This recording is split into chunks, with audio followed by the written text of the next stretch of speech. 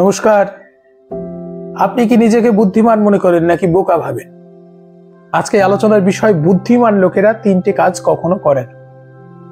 কোন তিনটে কাজ করে না? প্রথম হচ্ছে, বুদ্ধিমান লোকেরা কখনো অযথা তর্ক করে না। তর্ক করে নিজের মতকে প্রতিষ্ঠা করার জন্য, কিন্তু কিছু লোক দেখবেন অযথা তর্ক করতে ভালোবাসে। বুদ্ধিমান লোকেরা কখনো এই ভুলটা করে না, কখনো অযথা তর্ক করে না। তর্ক করে নিজের মূল্যবান সময় ও ব্যক্তিত্বকে কখনো নষ্ট করে না। দ্বিতীয় হচ্ছে, বুদ্ধিমান লোকেরা রেগে গেলেও ঠান্ডা মাথায় বিবেচনা করে, প্রয়োজনে ক্ষমা চায়। এটা বুদ্ধিমান লোকের চিহ্ন। আর গোয়ার লোকেরা, যারা বোকা, তারা নিজের ইগোকে গিট দিয়ে রেখে দেয়। আমি কেন কথা বলবো, আমি বলবো না, নিজের রাগকে মনে মনে পুষে রাখে।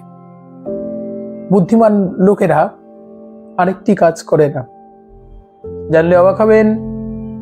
বুদ্ধিমান লোকেরা প্রতিশোধ নেয়, তবে নিজেকে তার জায়গায় নিচে নামিয়ে নিয়ে আসে না।